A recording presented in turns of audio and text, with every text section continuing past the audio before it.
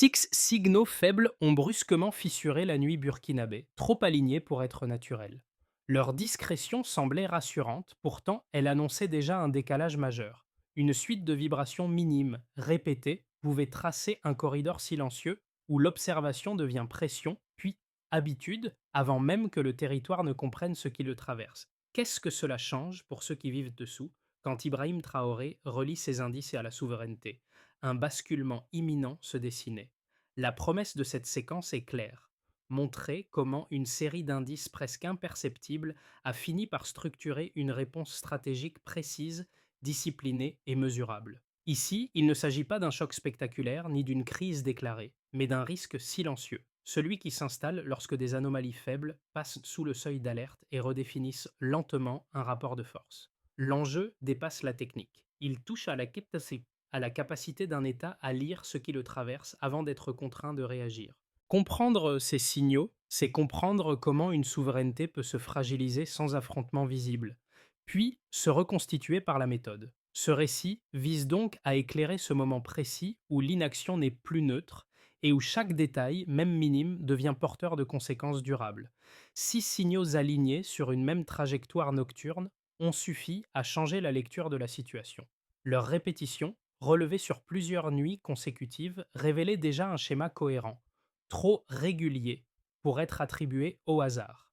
Cette donnée simple, presque anodine en apparence, a servi de déclencheur. Elle montrait que l'anomalie n'était pas isolée, mais inscrite dans une logique progressive. Au départ, ces interférences pouvaient ne passer pour des variations techniques sans portée stratégique. Elles étaient faibles, brèves, faciles à classer comme des irrégularités naturelles. Pourtant, mises bout à bout, elles dessinaient une continuité nouvelle. Les relevés provenant de différents secteurs commençaient à se répondre, comme si une même intention se manifestait par touches successives.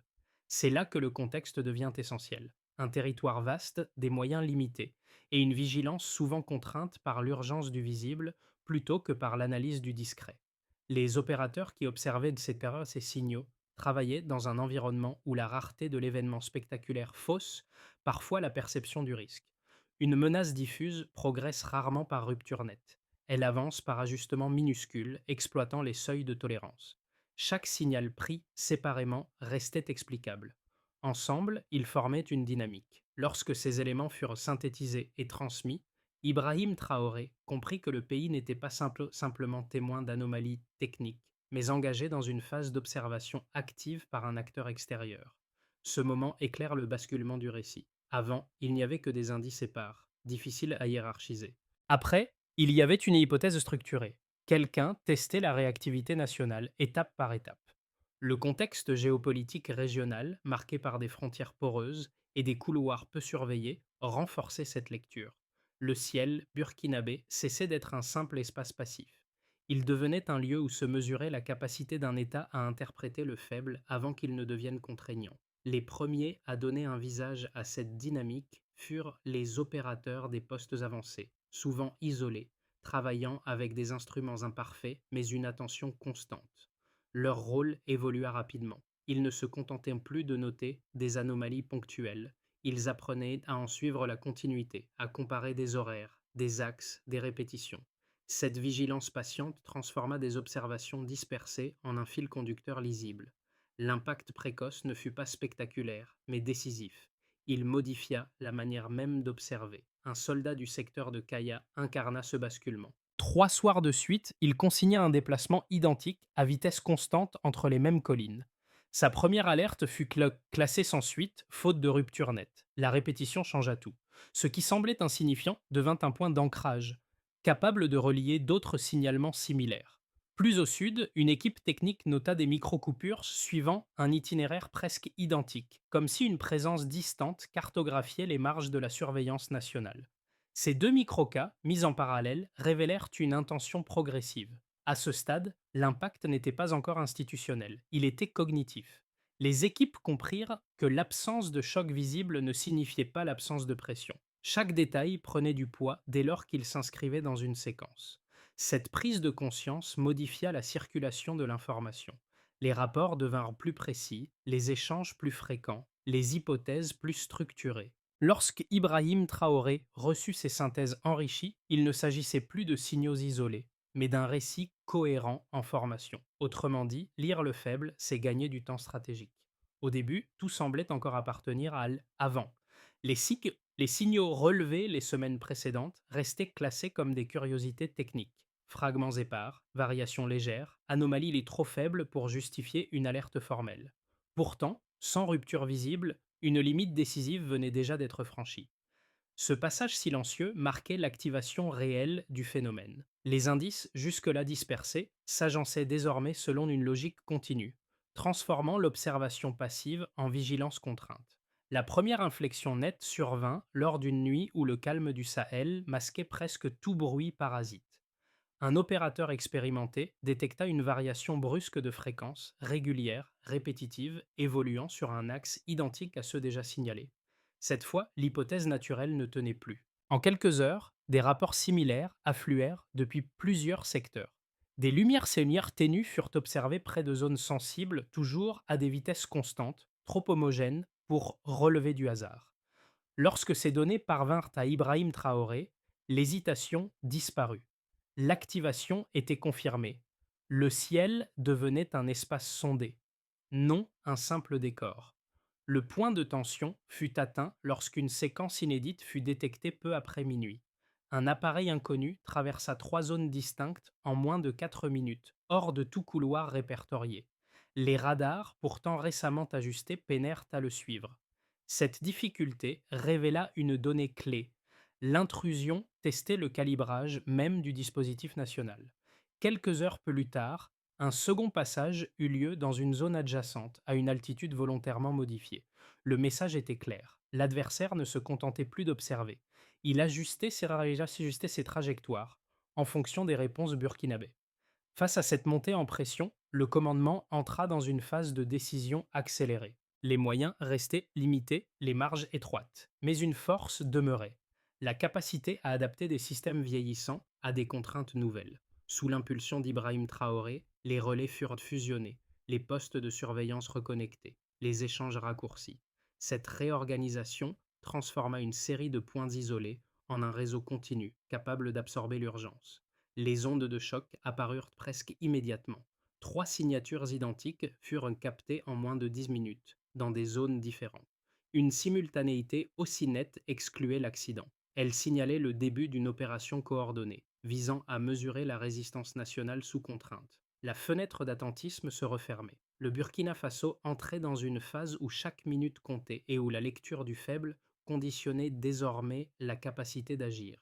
La clarification passa par l'établissement d'une ligne de base commune, indispensable pour interpréter ce qui se produisait réellement dans le ciel burkinabé. Pendant près de 3 semaines, les signatures détectées restèrent concentrées autour d'une altitude stable d'environ 900 mètres, un niveau suffisamment élevé pour contourner les radars classiques, tout en demeurant lisible pour les capteurs récemment recalibrés.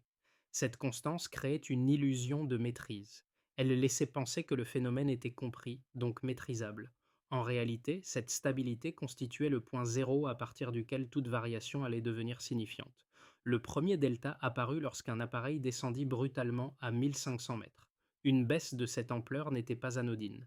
Elle réduisait la marge de sécurité de l'intrus et augmentait théoriquement sa visibilité. Pourtant, ce choix révélait un calcul précis.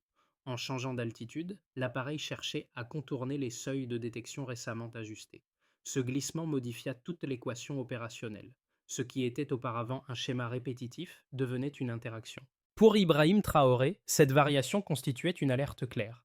L'adversaire observait les réponses burkinabées et corrigeait ses paramètres en conséquence. Un second indicateur renforça cette lecture. La vitesse moyenne des appareils, estimée autour de 400 km/h, resta remarquablement homogène durant les premières incursions.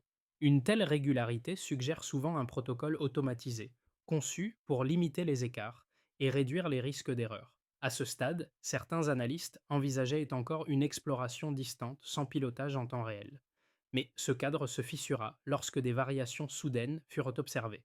Accélération brève, ralentissement ciblé, oscillation calculée. Le delta de vitesse révélait un pilotage adaptatif.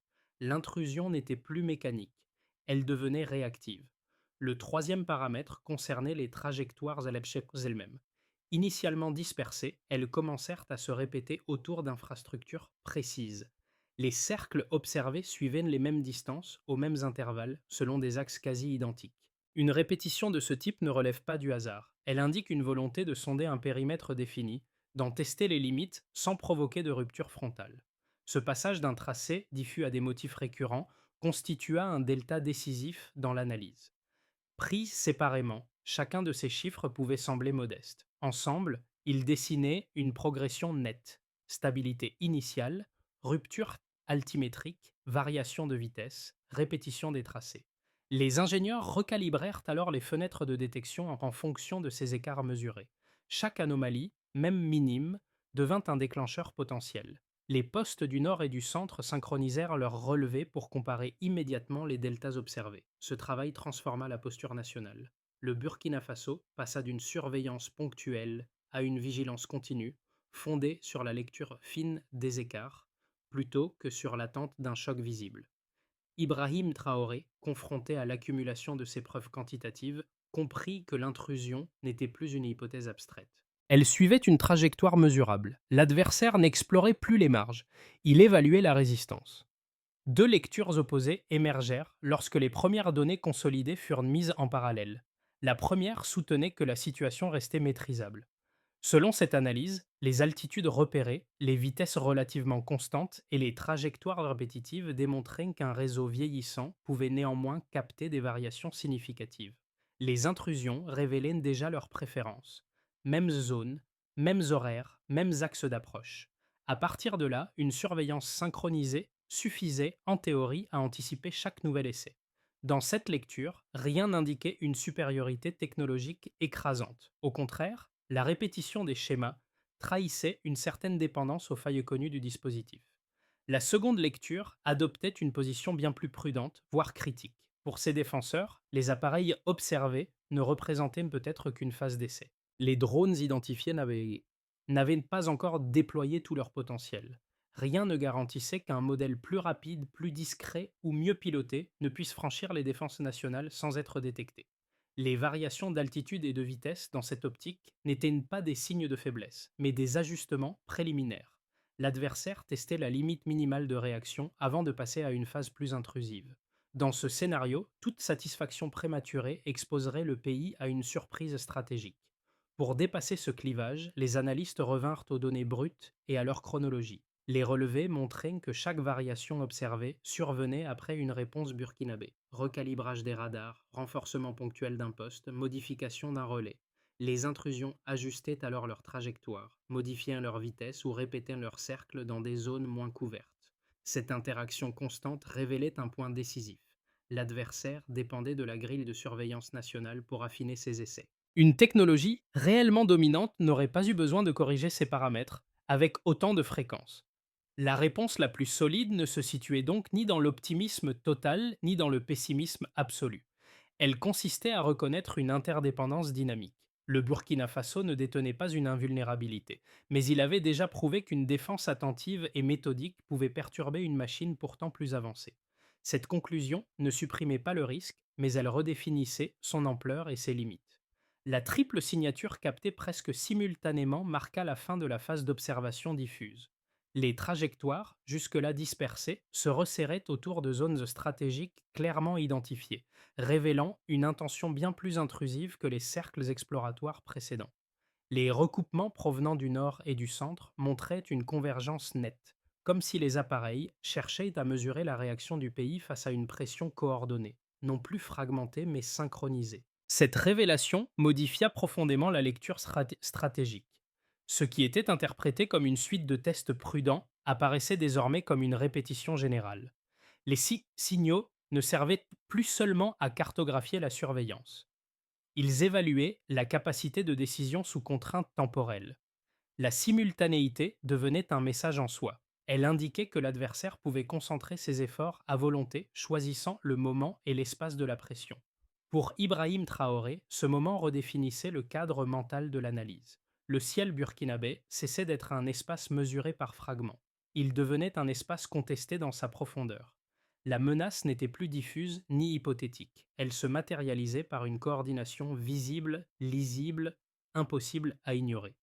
À partir de cet instant, la question n'était plus de savoir si une intrusion existait, mais jusqu'où elle pouvait aller sans rencontrer de résistance structurée. Ce point de bascule changea la nature même de la réponse attendue. Il ne s'agissait plus d'ajuster, mais d'anticiper. Lorsque la convergence des trajectoires fut confirmée, les effets cessèrent d'être abstraits et se manifestèrent rapidement dans quatre sphères essentielles du Burkina Faso. La pression coordonnée révélée par les données obligea chaque acteur à ajuster ses pratiques, parfois sans délai, parfois de manière plus diffuse. Ibrahim Traoré comprit alors que l'enjeu ne résidait plus uniquement dans la détection, mais dans la capacité du pays à absorber ses effets sans se fragmenter. La vigilance devenait une architecture collective, non un réflexe isolé. Les institutions furent les premières touchées. La synchronisation imparfaite entre les relais mit en évidence des délais de transmission qui, dans un contexte de pression aérienne coordonnée, pouvaient fragiliser l'ensemble du dispositif. Pour y répondre, les autorités recentrèrent la décision autour d'un noyau resserré, capable de diffuser des instructions claires et rapides.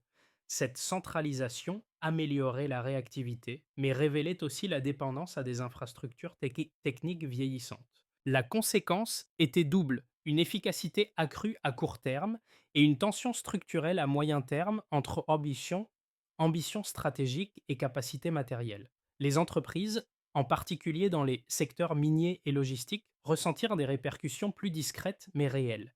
Les survols répétés de certains corridors économiques entraînèrent des perturbations légères des communications internes. Ces interruptions, souvent brèves, suffisaient néanmoins à accroître la perception du risque chez les investisseurs et les partenaires. Les opérateurs locaux durent renforcer leurs protocoles de continuité, non par obligation formelle, mais par anticipation. Cette adaptation pragmatique montrait qu'une pression diffuse pouvait remodeler des pratiques économiques sans jamais se traduire par un incident spectaculaire. Pour les habitants des zones rurales, l'impact fut surtout perceptif. Les nuits, autrefois silencieuses, furent ponctuées de lueurs inhabituelles, difficiles à interpréter. Cette répétition installa un climat d'incertitude. Sans information claire, le risque de rumeur augmentait. Les autorités choisirent alors une communication pédagogique, cherchant à expliquer sans dramatiser. L'objectif était de maintenir la confiance tout en reconnaissant l'existence d'une vigilance accrue. Cette approche visait à éviter que l'invisible ne se transforme en anxiété collective. Enfin, la dimension régionale devint impossible à ignorer. Les trajectoires observées dépassaient les frontières nationales, révélant des couloirs transfrontaliers partagés. Les pays limitrophes prirent conscience que la dynamique en cours ne concernait pas un seul territoire. Des discussions prudentes s'engagèrent autour d'une coordination sécuritaire minimale. Rien n'était encore formalisé, mais une idée s'imposait. Le ciel sahélien ne pouvait plus être géré de manière isolée. Ces quatre sphères dessinaient un même constat. L'intrusion n'était pas un épisode technique. Elle redéfinissait les institutions, influençait l'économie, modifiait les perceptions sociales et ouvrait une question géopolitique régionale. Le Burkina Faso entrait dans une phase où chaque décision, même discrète, laissait une trace durable. À partir des données accumulées et des ajustements déjà observés, trois trajectoires floragicores plausibles se dessinent pour les 6 à 12 mois à venir. Elles ne relèvent pas de la spéculation gratuite. Chacune prolonge des tendances déjà visibles, avec des implications distinctes sur la stabilité et la capacité d'anticipation du pays. Penser en scénario permet d'éviter que l'urgence du présent n'efface les options du futur. Le scénario de base repose sur une stabilisation prudente. Le Burkina Faso continuerait d'affiner son réseau de surveillance en s'appuyant sur les deltas mesurés lors des phases critiques. Les seuils d'alerte seraient resserrés, la coordination améliorée, sans transformation technologique majeure. Les intrusions persisteraient, mais resteraient contenues sous le seuil d'escalade ouverte. Cette configuration maintiendrait une pression diffuse, gérable, à condition de conserver une discipline opérationnelle élevée et une lecture constante des signaux faibles. Un scénario plus favorable émergerait si la dimension régionale se concrétisait. La prise de conscience partagée des couloirs transfrontaliers pourrait déboucher sur une coopération sécuritaire progressive entre États voisins. L'échange de données non sensibles réduirait certaines zones aveugles et renforcerait la capacité d'anticipation collective. Sans éliminer totalement les intrusions, cette dynamique en limiterait la portée et la fréquence. Le ciel sahélien deviendrait moins perméable aux opérations isolées, au prix d'une coordination politique délicate mais structurante. Le scénario le plus sévère correspondrait à une montée en gamme de la pression extérieure. Des appareils plus rapides, plus discrets ou mieux pilotés pourraient être déployés, testant directement les limites du dispositif actuel. Les mécanismes de surveillance resteraient pertinents, mais leur marge de manœuvre se réduirait fortement. La saturation ponctuelle des communications ou des capteurs compliquerait la synchronisation nationale. Dans ce contexte, chaque retard, même minime, deviendrait une vulnérabilité structurelle, obligeant à des arbitrages rapides sur l'allocation des ressources. Ces trois trajectoires partagent un point commun. Aucune ne permet l'immobilisme. La clé réside dans une posture intellectuelle autant que technique. Anticiper sans surinterpréter, ajuster sans s'épuiser, et maintenir une capacité de lecture du faible malgré la pression du visible. C'est dans cet équilibre, entre prudence et projection, que se joue la continuité stratégique des mois à venir. À mesure que la situation se clarifiait au niveau stratégique, ses effets se diffusaient dans le quotidien de plusieurs groupes, chacun exposé différemment à la montée des signaux. Ce passage du technique vers le vécu modifiait la manière dont la vigilance était perçue et intégrée. Les données ne restaient plus confinées au centre d'analyse. Elles devenaient des repères implicites influençant les comportements et les attentes. Les techniciens et opérateurs de terrain virent leur rôle évoluer en profondeur. Ils n'étaient plus seulement chargés de relever des anomalies, mais de maintenir la cohérence d'une chaîne entière. Chaque signal transmis engageait la crédibilité du dispositif global. Cette responsabilité accrue transforma la routine en vigilance permanente. La précision devenait une exigence quotidienne, car la moindre approximation pouvait fausser l'interprétation collective. Pour eux, la pression ne venait pas seulement de l'extérieur, mais du poids de la continuité. Les citadins, les étudiants et les cadres régionaux cherchaient avant tout de la lisibilité. Loin des avant-postes, ils percevaient surtout les ajustements visibles. Messages officiels, changements de ton, rappels à la vigilance. Leur principale attente résidait dans la cohérence du récit public. Comprendre ce qui changeait, pourquoi et dans quelles limites permettait d'éviter que l'incertitude ne se transforme en rumeur. L'information claire devenait un facteur de stabilité émotionnelle. Dans les zones rurales, l'impact se manifestait de manière plus indirecte. Les habitants ressentaient surtout les conséquences des décisions prises ailleurs. Redéploiement de certains relais, modification de communication, interventions ponctuelles. Leur attente première restait la continuité des services essentiels. Pour eux, la confiance se construisait moins sur les détails techniques que sur la constance du soutien administratif et la présence de l'État. Ces trois perspectives révélaient une même réalité. Une vigilance efficace ne se limite pas à des capteurs et des chiffres. Elle repose aussi sur la capacité à relier les niveaux techniques, institutionnels et humains, afin que chacun trouve sa place dans une lecture partagée de la situation. La consolidation de cette vigilance imposait de passer d'une réaction ajustée à une méthode durable. L'objectif n'était plus seulement de répondre aux intrusions, mais de structurer un cadre capable d'absorber une pression prolongée sans désorganiser l'autorité nationale. Ibrahim Traoré orienta alors l'action vers une feuille de route simple, mesurable et reproductible, afin que chaque acteur sache précisément quoi faire, quand et selon quels critères d'évaluation. La première étape consista à créer un centre de fusion unique pour l'ensemble des flux de surveillance. Tous les relevés, qu'ils proviennent du nord, du centre ou des zones frontalières, devaient converger vers un circuit commun.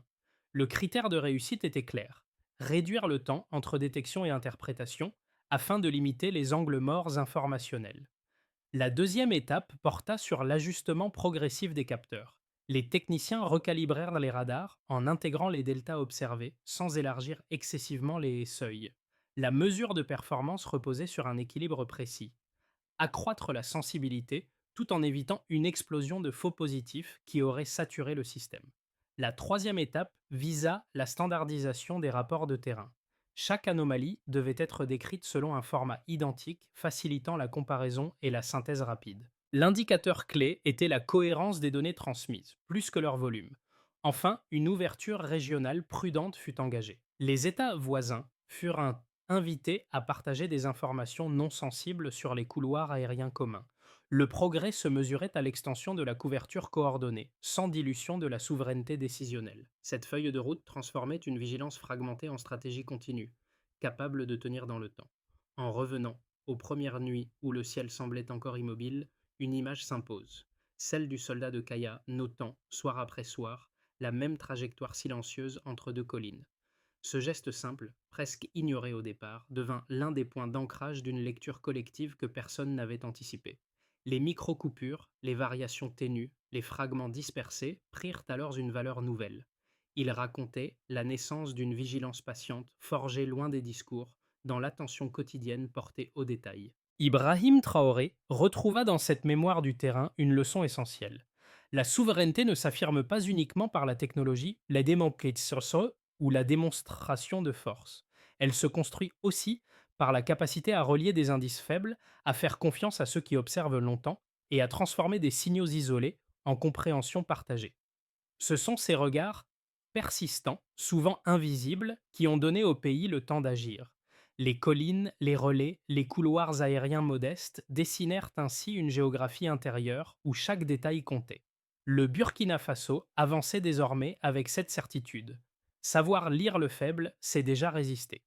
La séquence retracée ne se limite ni à une opération aérienne, ni à une suite d'ajustements techniques. Elle montre comment un pays peut se redéfinir lorsqu'il apprend à lire les signaux qui le traversent, et comment une vigilance collective peut naître de détails que beaucoup auraient ignorés. Cette dynamique dépasse les institutions. Elle touche à la manière dont une société entière observe, interprète et partage ce qu'elle perçoit de son environnement. Le public occupe dans ce processus une place discrète mais déterminante. Comprendre les enjeux qui se jouent au-dessus de soi, même lorsqu'ils restent invisibles, contribue à maintenir un cadre de discussion rationnel et apaisé. Cette compréhension partagée limite la place laissée aux rumeurs et renforce la cohésion face à l'incertitude. La souveraineté devient alors un espace vécu, nourri autant par les données que par l'attention collective. Rien de tout cela n'est figé. Les signaux évoluent, les contextes changent, les lectures se réajustent. Mais une question demeure ouverte et elle ne concerne pas seulement les décideurs ou les opérateurs. Comment vous aussi percevez-vous les signes faibles qui annoncent un changement avant qu'ils ne deviennent impossibles à ignorer?